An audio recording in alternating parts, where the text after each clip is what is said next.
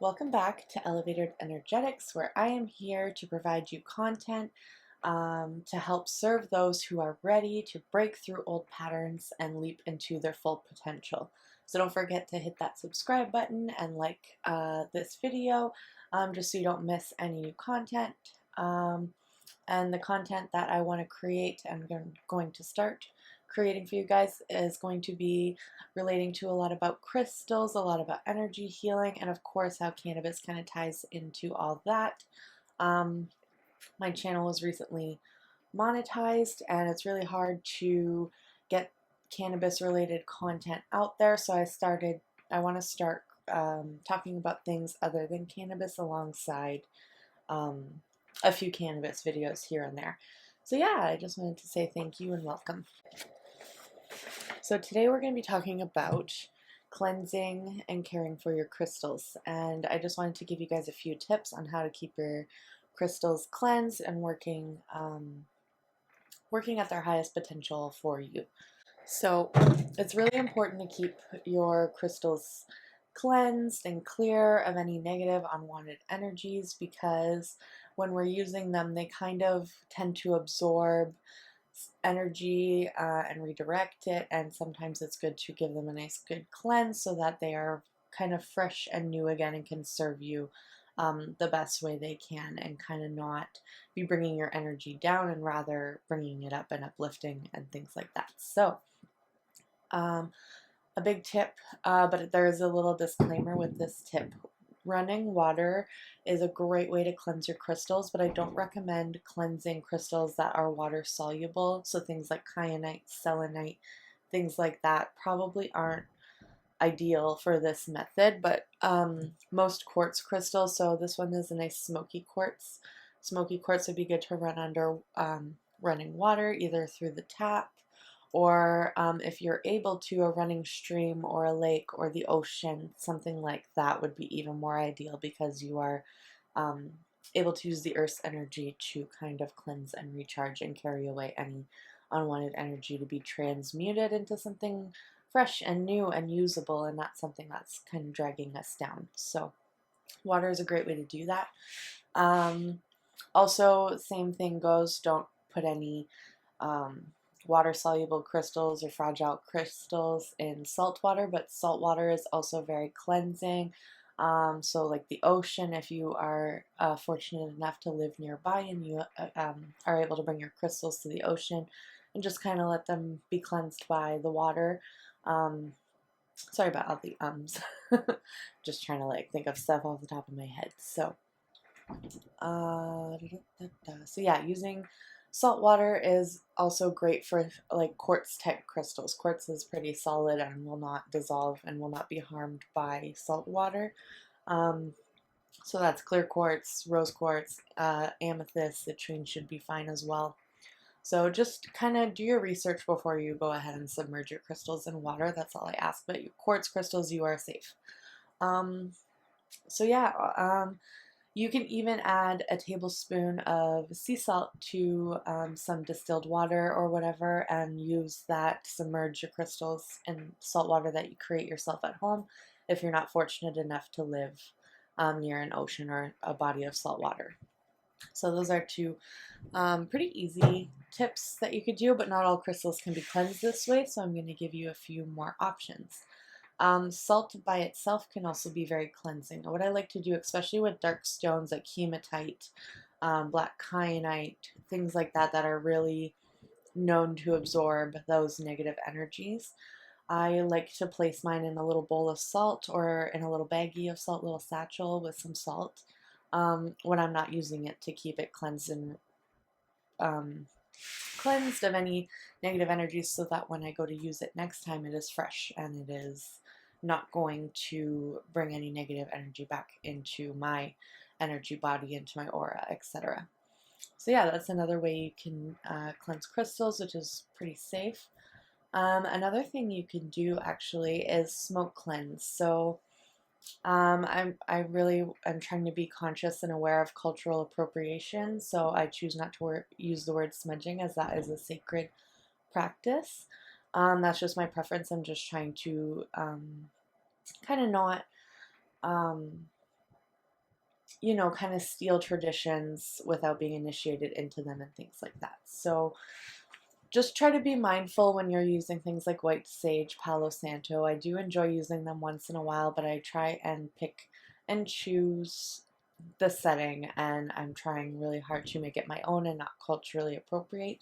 Cinnamon is another really good thing. I like burning cinnamon sticks, so if you want to replace that or any incense cones, incense sticks, things like that, running your crystals through the smoke is very cleansing, especially when you set the intention that the smoke is cleansing and carrying away any stagnant or unwanted energies. So, like I said, just be mindful of other people's cultures and just try your best to, you know, not culturally appropriate anybody. So that's very important. So yeah, smoke cleansing, as I said, is very, very a quick way to do it. It takes about 30 seconds per stone, and it's very effective. So that's one way. And I like to also cleanse my energy and aura when I'm doing a smoke cleanse at the same time. So um, that is very easy. And if you are someone who doesn't have access to a lot of these tools, like smoke cleansing and a few of the other things I'm going to mention, your intention is the most important thing. So you can literally grab your crystal and hold it and just kind of sit there and kind of breathe and meditate and just kind of imagine there's this bright white light coming from your hands, cleansing and purifying the energy within your crystal. So you could do that and take about a minute per stone that you're doing and just sit there and use your intention to allow those energies to be released from the stone. So that one's very simple, very effective as well. Your intention, um, your will and intent is what is going to move the energy and release the stagnant negative energy from your crystals. So that's a good tip as well.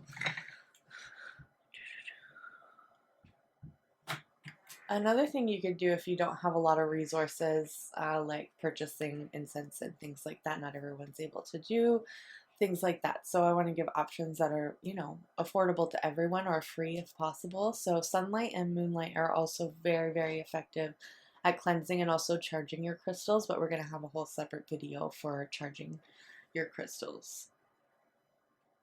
Sorry, my battery's low, so we're going to try and make this video a little bit quicker. So like I said, sunlight and moonlight can be very good. So the new moon is all about new beginnings and starting fresh. So I find that an ideal time to put your crystals outside at nighttime so that they can absorb the moon's energy and be cleansed and begin fresh and new as the new moon phase passes in the sky. So that's very effective. You could also use the sun, but I will say that some crystals can fade and lose their color. So hematoid quartz has a nice red color to it that could fade, as well as rose quartz, probably citrine amethyst. So just be mindful and only leave them out for about an hour and no longer than that, so that you avoid, you know, kind of tarnishing your crystals and having them be affected by the sunlight. So just be mindful. Maybe do a quick Google search, research, just be aware of what you're doing so that you're not disappointed if you leave your crystal out all day and you take it inside and it is kind of bleached from the sun. So yeah, just keep that in mind. Sound is also a great, great way to cleanse your crystals, and this comes in handy if you have many, many crystals and you kind of, you know, want to reset and cleanse them all at the same time. Things like sound bowls or drumming, even, you know, singing and using sound coming from you, singing whatever it is really helpful to cleanse. You could use binaural beats, things like that. I really enjoy using either a singing bowl or a sorry, not crystal, a steel tongue drum, which is it's just a metal drum with these slits kind of cut into it, and it makes the most beautiful sounds. If I had it close by, I would show you guys, but I'll probably show you guys in another video. So just allowing the sound waves to kind of cleanse your crystals. You could set them all up on your table and just have them all there and just kind of use your intention again as you're playing the sounds, and yeah, let that wash over your crystals and cleanse them energetically. So that's another option for you.